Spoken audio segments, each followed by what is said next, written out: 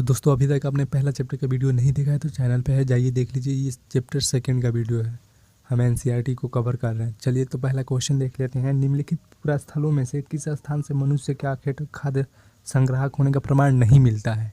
तो हमें ऑप्शन इसका सी राइट आंसर होगा, क्योंकि चिरांद से अब नहीं मिलता है हमें खाद्य संग्राहक होने का प्रमाण। देखिए भीमबेटका से तो मिलता है, हुसांगी से भी मिलता है और कुरनूल की गुफा से भी मिलता है। अगर हम भीमबेटका की बात देख ले तो ये हमारे नर्मदा नदी के किनारे है। नेक्स्ट क्वेश्चन देख लेते हैं हम, क्वेश्चन नंबर सेकंड। निम्नलिखित पुरास्थलों में से कौन सा नव पाषाणिक पुरास्थल है? तो ये पाँचों के पाँचों हमारे नव पाषाणिक पुरास्थल है। ठीक है, जो पाँचों के पाँचों हैं हमारे नव पाषाणिक पुरास्थल है। तो राइट आंसर क्या हो जाएगा? ऑप्शन डी इसका राइट आंसर हो जाएगा। क्वेश्चन नंबर 3 देख लेते हैं। पुरापाषाणिक कालीन पाषाण औजारों के निर्माण के संदर्भ में निम्नलिखित कथनों पर विचार कीजिए। कथन पहला क्या कहता है? पत्थर के इन औजारों के बनाए जाने का स्थान उद्योग स्थल यानी फैक्ट्री साइट कहलाता था। कथन दूसरा क्या कहता है? पत्थर के इन औजारों के निर्माण में प्रयोग की जाने वाली तकनीक को दाब शक्ल तकनीक यानी प्रेशर फॉल्किंग कहा जाता था। उपर्युक्त कथनों में से सही कथन पर चिन्ह लगाइए। तो ये दोनों का दोनों सही है, दोनों तकनीकों का प्रयोग किया जाता था, यानी ऑप्शन सी इसका राइट आंसर है। क्वेश्चन नंबर 4 देख लेते हैं। निम्नलिखित में से राख के साक्ष्य किस पुरापाषाणिक काल से स्थल से मिलती है? ठीक है, तो इसका राइट आंसर हो जाएगा कुरनूल की गुफा। कुरनूल की गुफा से मिलती है। ठीक है, तो हमें इससे क्या पता चलता है कि पुरापाषाणिक काल में ही लोगों ने आगे का प्रयोग करना शुरू कर दिया था। ठीक है गाइस, तो नेक्स्ट क्वेश्चन है क्वेश्चन नंबर 5।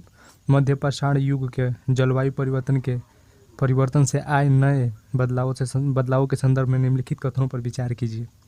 कथन पहला क्या कहता है? बदलावों से तापमान में वृद्धि हुई और घास के मैदान विकसित होने लगे।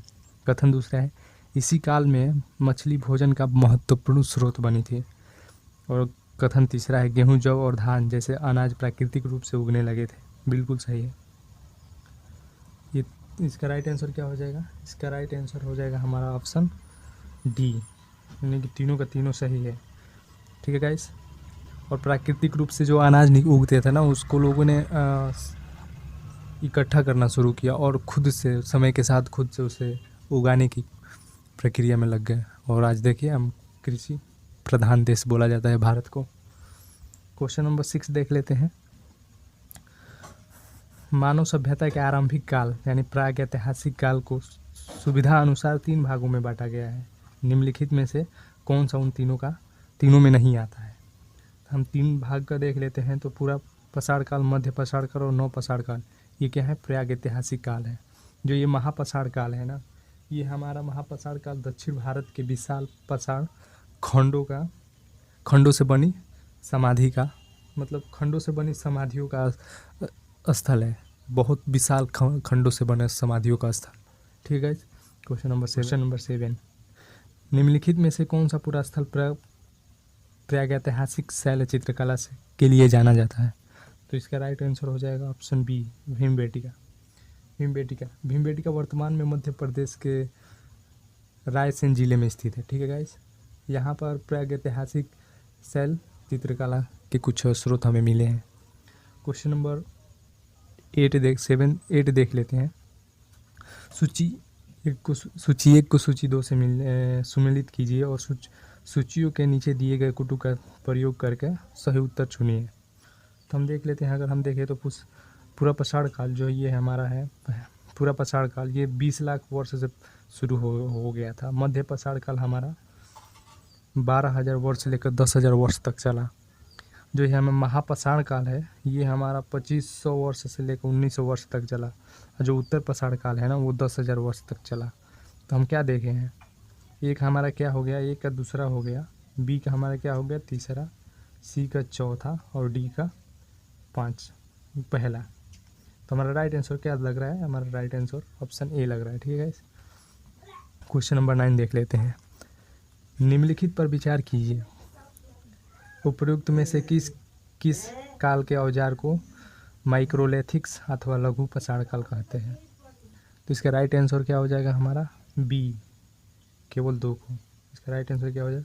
बी। यानी मध्य पाषाण काल को हम क्या कहते हैं, माइक्रोलिथिक्स या लघु पाषाण कहते हैं, लघु पाषाण कहते हैं, जिसमें औजार को बनाया जाता था। ठीक है गाइस, हम नेक्स्ट क्वेश्चन देख लेते हैं। क्वेश्चन नंबर 10, हुसांगी के संदर्भ में निम्नलिखित कथनों पर विचार कीजिए। कथन पहला क्या है, हुसांगी से पूरा पाषाण युग के कई साक्ष्य प्राप्त हुए हैं। कथन दो क्या है, यहाँ से प्राप्त अधिकांश औजार बलुआ पत्थरों से बनाए जाते थे। उपयुक्त में से कौन सा कथन सही है? तो इसका राइट आंसर है केवल ए, यानी कि हुसांगी से पूरा पाषाण युग के कई साक्ष्य प्राप्त होते हैं। ठीक है गाइस, 11 देख लेते हैं। भारत में शुतुरमुर्ग के साक्ष्यों के संदर्भ में निम्नलिखित कथनों पर विचार कीजिए।